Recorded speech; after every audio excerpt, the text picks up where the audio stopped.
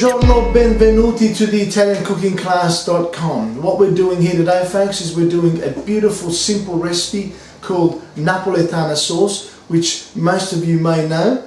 It's so sweet, so simple, so flavoursome that it really is bizarre, and it costs you, well under $2, and you can use it as a dip or a pasta sauce, and you can feed your family with it. It can, this will do a 500-gram pack of pasta, or again a small dish, and have a nice dip out of it. It's so nutritional. It's very simple. I learned it off of Napoletano, which is obviously the origin of this sauce. Napoletana sauce comes from Naples. It's very simple. We've got 3 base ingredients, which is garlic, right here, fresh garlic.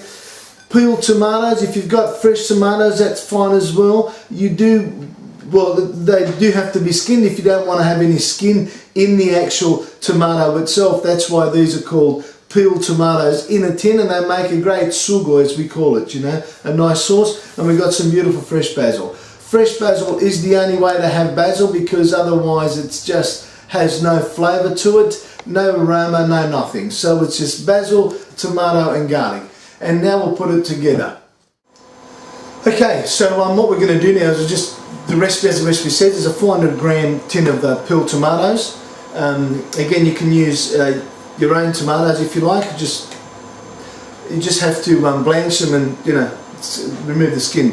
We've got 3 tablespoons of olive oil in there, ready to go. We're going to add a whole clove of garlic. Now it's going to be whole purely and simply because you can take it out if you want to once the sauce is actually cooked, ready to go. But you can use it, you can slice it up or dice it up. Now if you do that, you just got to be mindful that when you're actually cooking in the oil, the garlic being small, it will burn quicker, so it's more forgiving as a whole piece of garlic, more so than little chopped ones. Now it's okay to have again the smaller ones, but if it burns, it will taint in the actual dish. So we're actually just frying that off. We're going to brown off the garlic in the oil so that it actually fuses it and picks up quite a bit of the flavour there.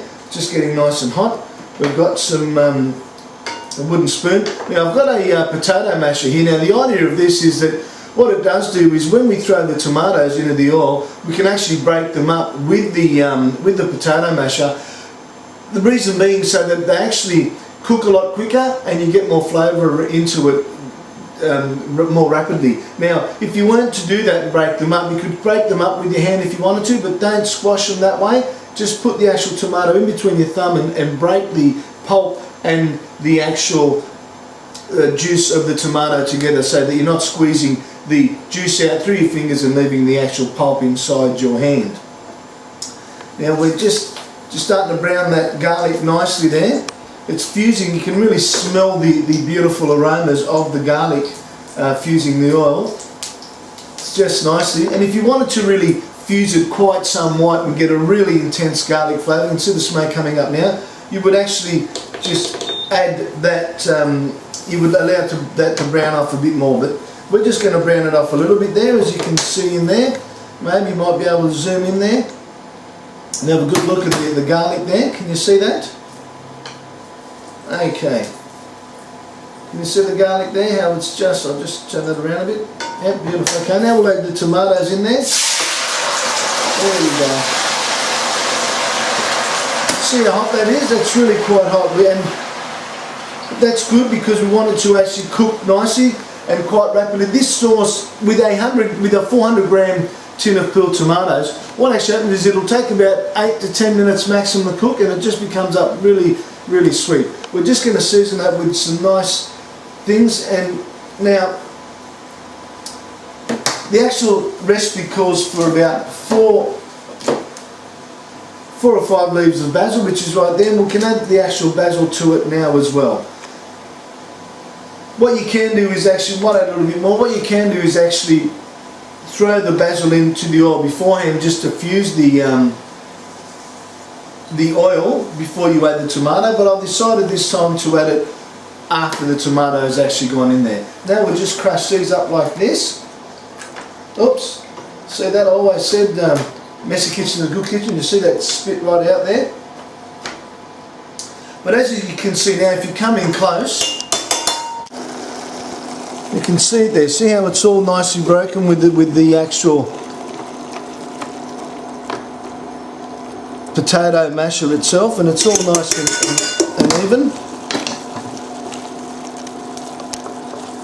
And now we're just going to let that cook off for about about 8 minutes, and we'll reduce it some more to get a nice sweet texture there.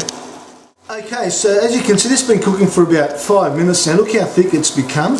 It's actually a lot thicker, and it has reduced, so it's quite, the moisture's gone out of it. The tomato's cooking nicely, and we can see the basil in there, and it's got a beautiful smell of sweet cooked tomatoes, and it's just wonderful. This will cook for 3 minutes, and what we would do if you wanted to use it as a pasta, you would actually just cook the pasta according to instructions, and then what you would do is you would just tip the pasta into there and just cook it off together for a couple more minutes once the pasta is nearly done, and that way the sauce amalgamates to the pasta as well. But what we're going to do is we're going to use it as a dip. So now it's been cooking for a little bit longer, folks, and we're going to just have a little taste to see how it acts.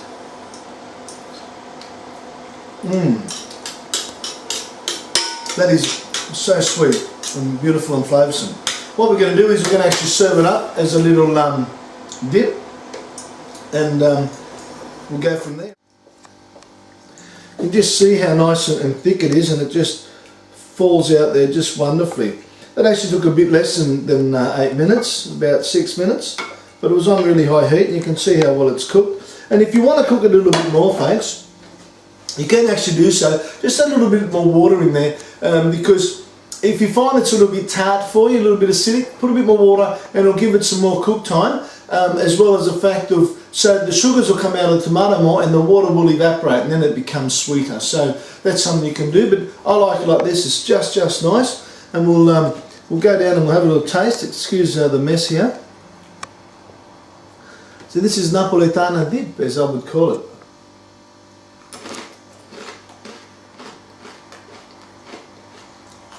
Stupendo.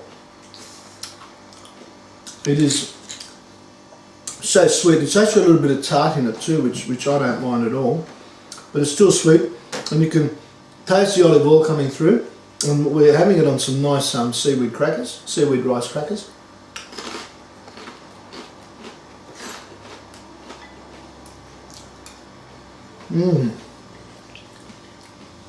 Even better still, folks. Why the crackers? Just the dip, the sauce. Buon appetito. Arrivederci, and thank you for watching tbsps.com.